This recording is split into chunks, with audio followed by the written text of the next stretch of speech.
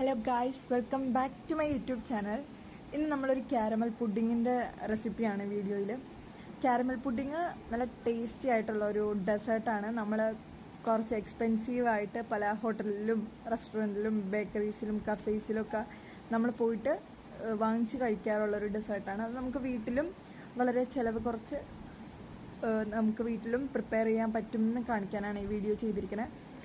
നമ്മളിപ്പോൾ ഒരു പാക്കറ്റ് പാലിൻ്റെ പകുതി പാലെടുത്ത് ഒരു ഗ്ലാസിൻ്റെ ഫുൾ ഗ്ലാസ് അല്ല, ഒരു ചെറിയ ഗ്ലാസ് വെള്ളത്തിൽ തിളപ്പിക്കാൻ വെച്ചിരിക്കുകയാണ്. ഇത് നമുക്ക് തിളച്ച വഴി നമുക്കിതിലേക്ക് കുറച്ച് സംഭവങ്ങൾ ആഡ് ചെയ്യാനുണ്ട്. നമുക്കിത് പാല് തിളപ്പിക്കേണ്ടത് 2-3 ഏലക്ക ഇട്ടിട്ടാണ്. ഈ ഏലക്ക ഇടുമ്പോൾ അതിന് മുന്നേ ശ്രദ്ധിക്കേണ്ട കാര്യം, പാല് നമ്മൾ വെച്ചിരിക്കുന്ന പാലിൻ്റെ വെള്ളം കൂടുതൽ വെക്കരുത്. ഇപ്പോൾ ഒരു പാക്കറ്റിൻ്റെ പകുതി പാലിൽ ഞാനൊരു ചെറിയ ഗ്ലാസ് വെള്ളം ആഡ് ചെയ്തിട്ടുണ്ടല്ലോ, അത് ചെയ്യണമെന്നേ ഇല്ല. നിങ്ങൾക്ക് ഒരു പാക്കറ്റ് പാൽ അങ്ങനെ തന്നെ ഉപയോഗിക്കാം. പിന്നെ ശ്രദ്ധിക്കേണ്ട കാര്യം, നിങ്ങൾക്ക് മിൽമ പാക്കറ്റ് പാൽ തന്നെ വേണമെന്നില്ല. നിങ്ങൾക്ക് വേറെ ആൽമണ്ട് മിൽക്കോ നിങ്ങൾ വീട്ടിൽ യൂസ് ചെയ്യണ ഏത് മിൽക്കാണോ അത് നിങ്ങൾക്ക് യൂസ് ചെയ്യാം. നമ്മൾക്ക് എന്തോരം ക്യാരമൽ പുഡിങ് വേണോ, നമ്മുടെ വീട്ടിലെ മെമ്പേഴ്സ് എന്തോരം ഉണ്ടോ അതിനനുസരിച്ച് നിങ്ങൾ പാലിൻ്റെ അളവും എല്ലാം കൂട്ടാം. എനിക്കിവിടെ കുറച്ച് മതി, എനിക്ക് വീഡിയോ എടുക്കാൻ വേണ്ടി മാത്രമാണ് ഞാനിപ്പോൾ ഇത് ചെയ്തിരിക്കുന്നത്. അപ്പോൾ എനിക്ക് വളരെ കുറച്ച് ക്യാരമൽ പുഡിങ് വേണ്ടത് കൊണ്ടിട്ട് നമ്മൾ കുറച്ച് പാൽ, ഒരു പാക്കറ്റ് പാലിൻ്റെ പകുതി പാലെടുത്തു എന്ന് മാത്രം. ഇനി നമുക്ക് കൂടുതൽ ആളുകളുണ്ടെങ്കിൽ നമുക്ക് പാലിൻ്റെ അളവ് കൂട്ടാം. ഇപ്പോൾ പാലൊന്ന് ചൂടായി വരുന്നുണ്ട്. അപ്പോഴേക്കും നമുക്കതിലേക്ക് 2 കഷ്ണം ഏലക്ക, നമുക്ക് ഏലക്ക 2ആയിട്ട് കീറിയിട്ട് ഫുള്ളായിട്ട് അങ്ങോട്ട് ഇടാം. കാര്യം നമ്മൾ ലാസ്റ്റ് അരിക്കുന്നുണ്ട്. അപ്പോൾ നമുക്ക് ഏലക്ക അങ്ങനെ തന്നെ ഇട്ടേക്കാം. കാര്യം ആ ഏലക്കയുടെ സ്മെല്ലൊക്കെ നമുക്ക് മിൽക്കിലേക്ക് കിട്ടണം. കാര്യം നമുക്ക് മിൽക്കിലേക്ക് ഇനിയും കുറച്ച് സാധനങ്ങൾ ആഡ് ചെയ്യാനുണ്ട്. അപ്പോൾ അതിൻ്റെ സ്മെല്ല് എടുത്ത് നിൽക്കാതെ ഏലക്കയുടെയൊക്കെ നല്ല സ്മെല്ലും ടേസ്റ്റും എടുത്ത് നിൽക്കാൻ വേണ്ടിയിട്ട് നമ്മൾ നന്നായിട്ട് തിളക്കണതിന് മുന്നേ ഇട്ടത്. ഇനി നമുക്ക് 1 സ്പൂൺ പഞ്ചസാര ഇടാം. എനിക്കത് കൂടുതൽ മധുരം ഇല്ല, കാര്യം നമ്മൾ ക്യാരമലും ഉണ്ടാക്കുന്നുണ്ടല്ലോ. അപ്പോൾ എനിക്ക് ഇതിൽ ഈ നമ്മൾ പുഡിങ്ങിൻ്റെ വൈറ്റ് സൈഡിൽ എനിക്ക് അത്ര നല്ല മധുരം വേണമെന്നില്ല.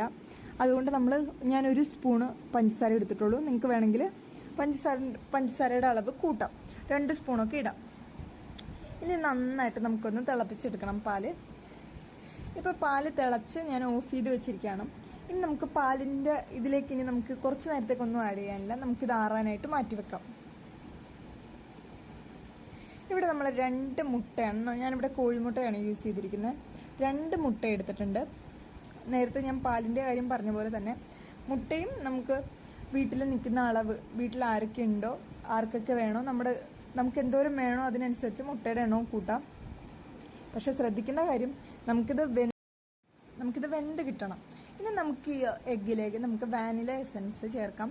വാനില എസൻസും നമുക്ക് ഈ മുട്ടയുടെ ടേസ്റ്റും ആ ഒരു സ്മെല്ലും കിട്ടാതിരിക്കാൻ വേണ്ടിയിട്ടാണ് നമ്മൾ വാനില എസൻസ് ഒരു 1/2 ടീസ്പൂൺ അല്ലെങ്കിൽ ഒരു 1 ടീസ്പൂൺ എടുത്താൽ മതി.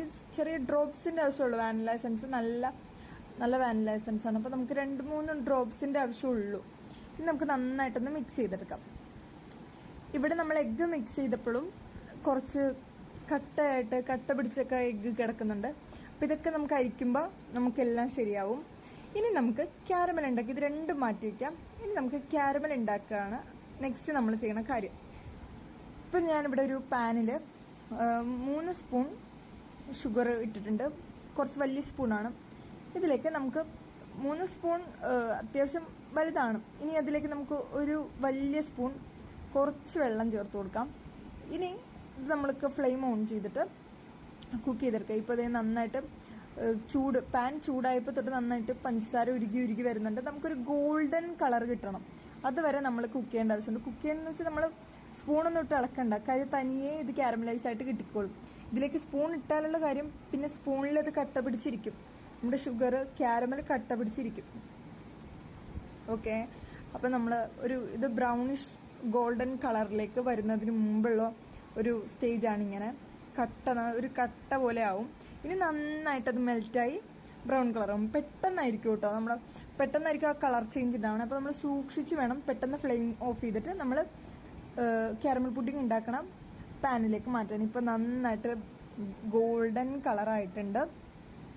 ഈ കളർ കിട്ടിക്കഴിഞ്ഞാൽ നമ്മൾ കൂടുതൽ നേരം പാനിൽ വെക്കരുത്, കാര്യം അതൊരു ഒരു കരിഞ്ഞ ടേസ്റ്റ് ആയിരിക്കും ഉണ്ടാവുക. അപ്പോൾ കൂടുതൽ നേരം ഈ കളർ കിട്ടിക്കഴിഞ്ഞാൽ നമ്മൾ പാനിൽ വെക്കാതെ നമ്മൾ ക്യാരമൽ പുഡിങ് ഉണ്ടാക്കാനായിട്ട് എടുക്കുന്ന പാത്രത്തിലേക്ക് നമുക്ക് അപ്പം തന്നെ നമുക്കിത് ഒഴിച്ച് വെക്കണം. ഞാനിപ്പോൾ ക്യാരമൽ പുഡിങ് ഉണ്ടാക്കിയത് ഇപ്പോൾ ക്യാരമലൈസ് ചെയ്തേക്കുന്നത് നന്നായിട്ടൊരു കുറച്ചും കൂടി കഴിഞ്ഞിരുന്നെങ്കിൽ കരിഞ്ഞേനെ ആ ഒരു സ്റ്റേജ് ആയിരുന്നു. നമുക്ക് പെട്ടെന്ന് തന്നെ മാറ്റാം. നമുക്ക് പെട്ടെന്ന് തന്നെ ഈ ബൗളിലാണ് കേട്ടോ നമ്മൾ ക്യാരമൽ പുഡിങ് ഉണ്ടാക്കാൻ പോകുന്നത്. അപ്പോൾ അതിലേക്ക് മാറ്റിയിട്ട് നമുക്ക് വെക്കാം. അപ്പോൾ നമ്മളിവിടെ ക്യാരമൽ ബൗളിലേക്ക് ആക്കിയിട്ടുണ്ട്. ഇനി നമുക്ക് ബാക്കിയുള്ള കാര്യങ്ങൾ ചെയ്യുമ്പോഴത്തേക്കും ഈ ബൗളിലിരുന്ന് ഇത് സെറ്റ് ആയിക്കോളും. എന്നിട്ട് നമുക്ക് ബാക്കിയുള്ള സ്റ്റെപ്പിലേക്ക് പോവാം.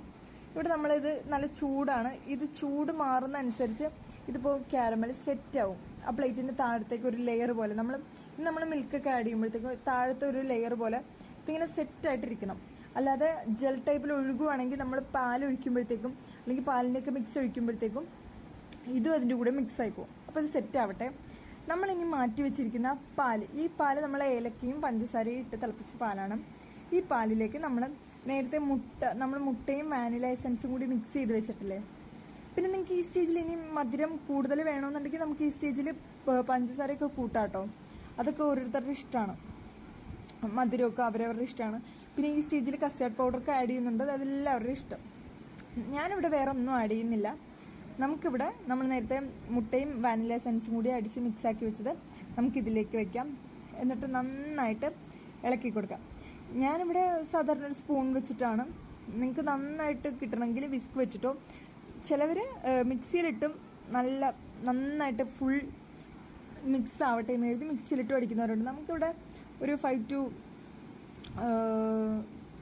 5 minutes നമുക്ക് നന്നായിട്ട് ഇളക്കേണ്ട ആവശ്യമുള്ളൂ. നന്നായിട്ട് ഇളക്കി കൊടുക്കാം.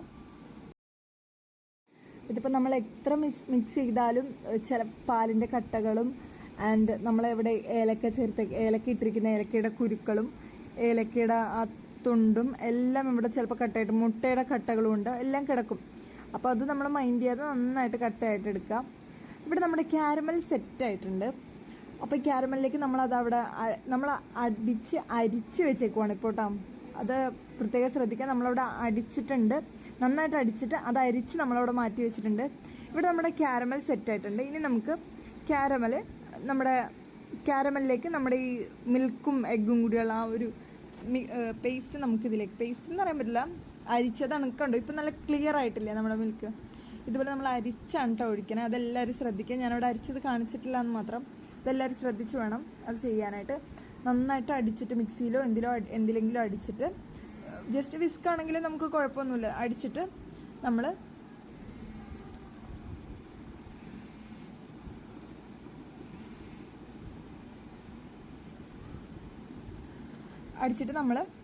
ഇതുപോലെ പാനിലാക്കി വെക്കുക. ഇനി ഞാനിവിടെ ഒരു ഇഡ്ഡലി പാത്രത്തിലാണ് നമ്മളിത് കുക്ക് ചെയ്തെടുക്കാൻ പോകുന്നത്. ഇപ്പം ഞാൻ ഫ്ലെയിം ഓൺ ചെയ്തിട്ടുണ്ട്. നമുക്കിതിനൊരു 5 to 5 അല്ല, ഒരു 1 hour, ഒരു ഹാഫ് അവർ ഹൈ ഫ്ലെയിമിലും ഹാഫ് ആൻ അവർ നമ്മൾ മറ്റേ മീഡിയം ഫ്ലെയിമിൽ അല്ലെങ്കിൽ ലോ ഫ്ലെയിമിലിട്ടും വേവിക്കാം. അപ്പോഴേക്കും നമ്മുടെ ക്യാരമൽ പുഡിങ് റെഡിയായി കിട്ടും. ഒക്കെ അങ്ങനെ വേവിച്ച് നമ്മുടെ കുക്ക് ചെയ്തെടുത്തിരിക്കുന്ന ക്യാരമൽ പുഡിങ്ങാണ്. ഇവിടെ എൻ്റെ ജസ്റ്റ് പീസ് ആയിപ്പോയി. കറക്റ്റ് എനിക്ക് റൗണ്ട് ഷേപ്പിൽ കിട്ടിയില്ല. ഇവിടെ ഞാനതുകൊണ്ട് പീസാണ് കാണിക്കുന്നത്. പക്ഷേ ടേസ്റ്റ് അപാര ടേസ്റ്റാണ്. നമ്മൾ റെസ്റ്റോറൻറ്റിലും കഫേയിലും ഒക്കെ കഴിക്കുന്ന അതേ ടേസ്റ്റാണ്. നല്ല ക്രീമി ആയിട്ട് കിട്ടിയിട്ടുണ്ട്. എല്ലാവർക്കും ഈ റെസിപ്പി വെച്ചിട്ട് ട്രൈ ചെയ്ത് നോക്കാം. ഞാൻ അത്രയ്ക്ക് ചൂടാറുന്നതിന് മുന്നേ വേവിച്ചത് നമ്മൾ കട്ട് ചെയ്ത് പാത്രത്തിലേക്ക് ഇട്ടത് കൊണ്ടുള്ള ഒരു പ്രശ്നം മാത്രമേ ഉള്ളൂ. എല്ലാവർക്കും വീട്ടിൽ ട്രൈ ചെയ്ത് നോക്കാം. നമ്മുടെ സിമ്പിൾ റെസിപ്പി വെച്ചിട്ട്. നിങ്ങൾക്ക് മുട്ടയുടെയും പാലിൻ്റെ ടേസ്റ്റ് അത്രയ്ക്ക് ഇഷ്ടമല്ല അല്ലെങ്കിൽ ആവശ്യമില്ല എന്ന് തോന്നുകയാണെങ്കിൽ നിങ്ങൾക്ക് ആ പാല് നമ്മൾ അരിക്കണതിന് മുന്നേ ഇല്ലേ ഏലക്കൊക്കെ ഇട്ട് അതിലേക്ക് വേണമെങ്കിൽ കസ്റ്റാർഡ് പൗഡർ വേറെ കുറച്ചൊരു പാലിലാക്കിയിട്ട് ഒരു ലിക്വിഡ് കൺസിസ്റ്റൻസിയിലാക്കിയിട്ട് അതും ആഡ് ചെയ്യാം. ചിലർ ബ്രെഡോ അല്ലെങ്കിൽ ബനാനയൊക്കെ ആഡ് ചെയ്യുന്നവരുണ്ട്. അതെല്ലാം ഓരോരുത്തരുടെ ഇഷ്ടം പോലെ നമുക്ക് ചെയ്യാവുന്നതാണ്. അപ്പോൾ ഈ സിമ്പിൾ റെസിപ്പി എല്ലാവർക്കും ഇഷ്ടമായി എന്ന് വിചാരിക്കുന്നു. വീഡിയോ ഇഷ്ടമായെങ്കിൽ ലൈക്ക് ചെയ്യുക, ഷെയർ ചെയ്യുക, സബ്സ്ക്രൈബ് ചെയ്യുക. അപ്പോൾ താങ്ക്സ് ഫോർ വാച്ചിങ്.